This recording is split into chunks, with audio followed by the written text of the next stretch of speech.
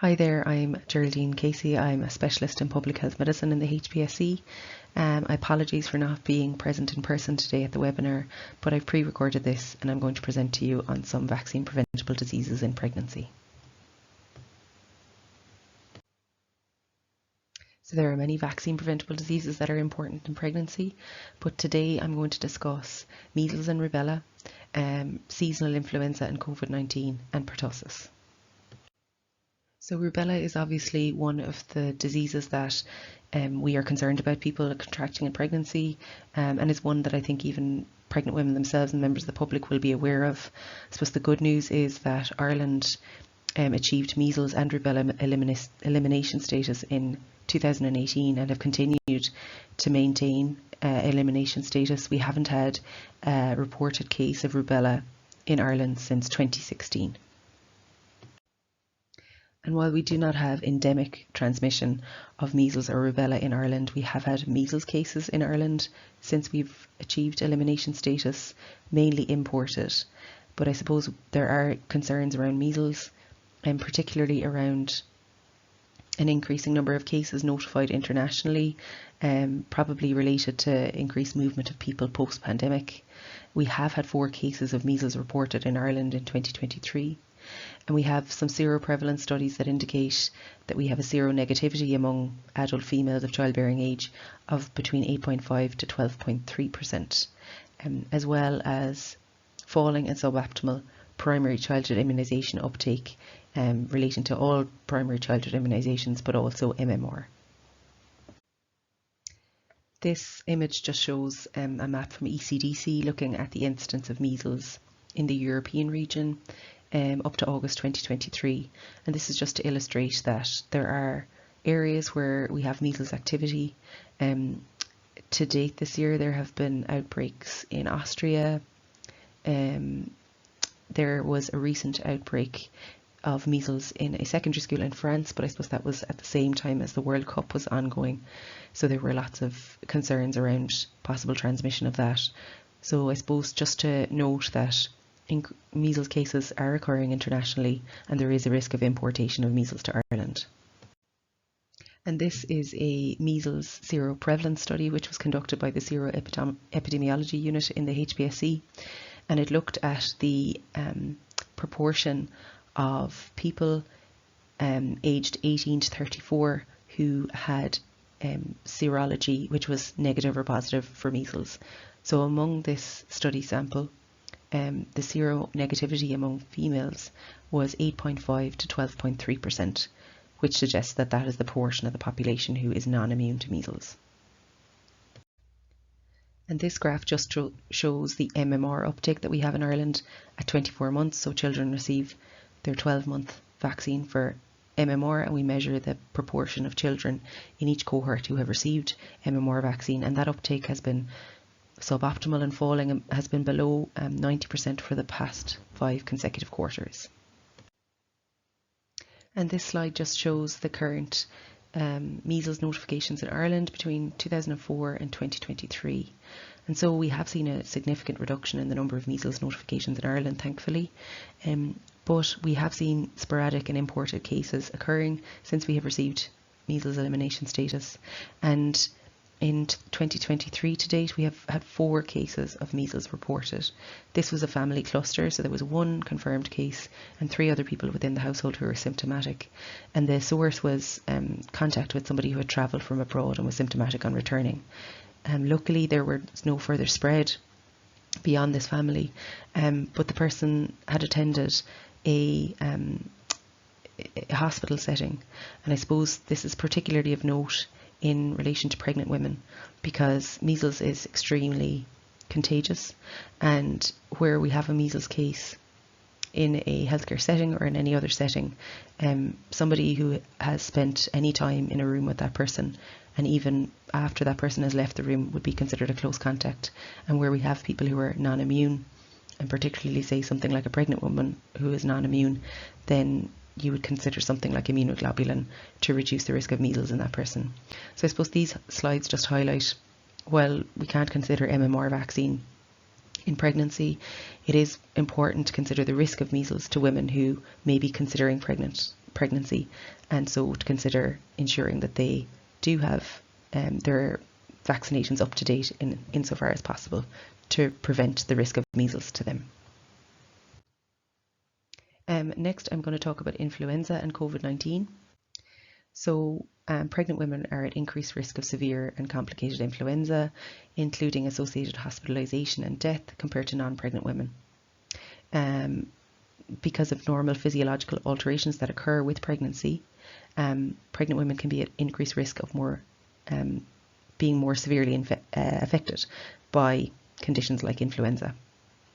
And that also includes people who are postpartum, particularly in the first 2 weeks or 2 to 6 weeks postpartum. And we all know that there are significant complications that can occur in pregnancy, including pneumonia, premature labour, reduced fetal growth or low birth weight. And the risk of these is higher in the second and third trimester in pregnancy, and greater for those who have other medical conditions. So this is just some guidance that's on the HPSC website around pregnancy and the management of pregnant and postpartum women with suspected influenza. We conduct SARI surveillance, which is severe acute respiratory infection surveillance, and that occurs at the moment just in one tertiary care adult hospital in Ireland.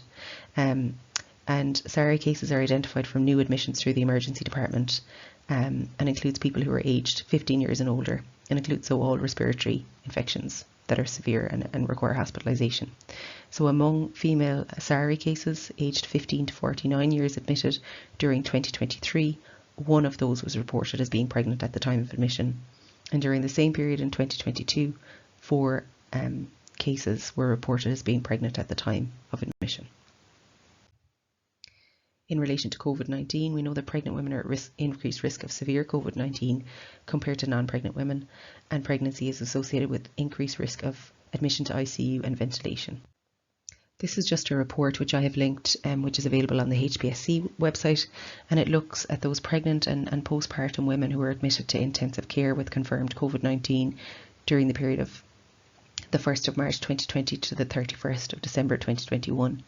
So of the 63 cases that were admitted to ICU who were pregnant or less than 6 weeks postpartum between March 2020 and the 31st of December 2021, the median age of those was 32 years with an age range of 15 to 44 years. Almost half of the cases had an underlying medical condition, and the median length of stay in ICU for those who were discharged at the time of this report was 8 days, ranging from 1 to 77 days. Of those who had been discharged from ICU, 43% had received invasive ventilatory support during that time, and 24%, and a further 24% had received non-invasive ventilatory support, and no deaths were reported among this cohort. And so then following on from this period, COVID vaccine was made available to pregnant and postpartum women. And from the 1st of September 2021 to the 31st of December 2021, 25 women were admitted to ICU who were pregnant or postpartum. 22 of these cases had not received a COVID-19 vaccine. 2 were reported as being partially vaccinated, and 1 case was reported as being fully vaccinated.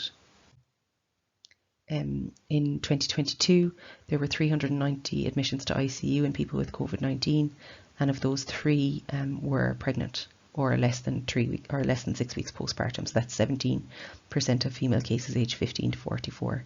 And so far this year in 2023, there were no pregnant women or women less than 6 weeks postpartum admitted to ICU due to COVID-19.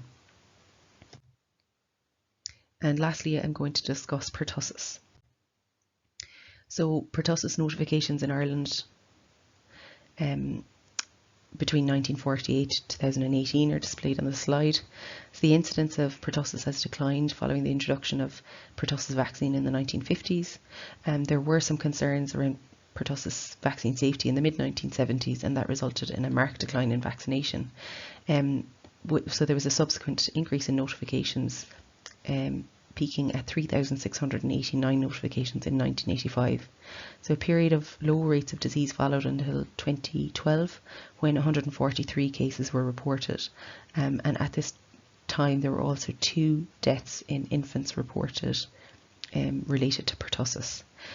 So at that time it was recommended that pertussis vaccination be given to pregnant women.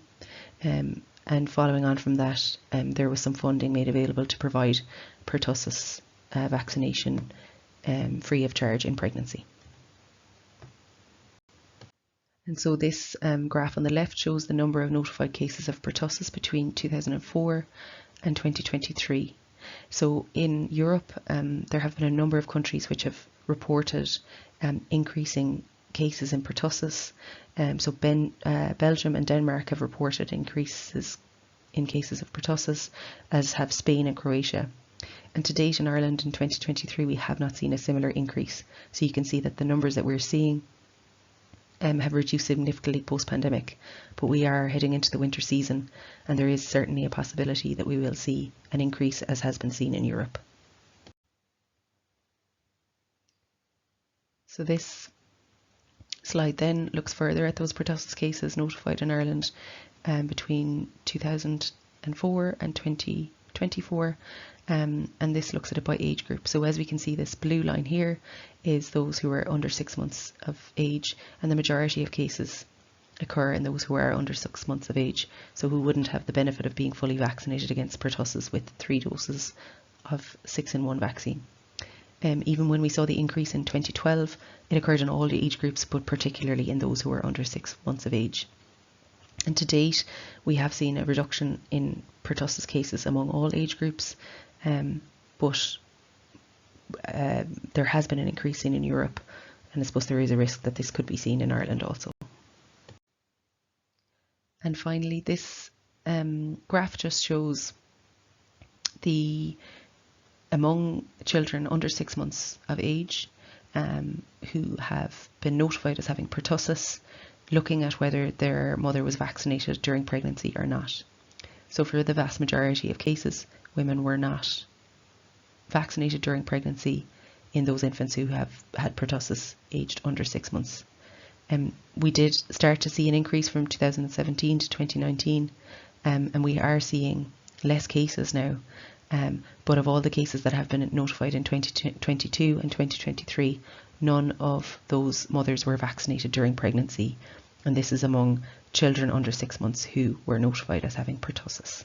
So it's just an opportunity to provide protection to the child by offering pertussis vaccination in pregnancy. So thank you for your time. Again, apologies that I can't be there in person. I've included some references and lots of information is available on the HPSC website and the HSE website, and I'm happy to take questions via email as needed.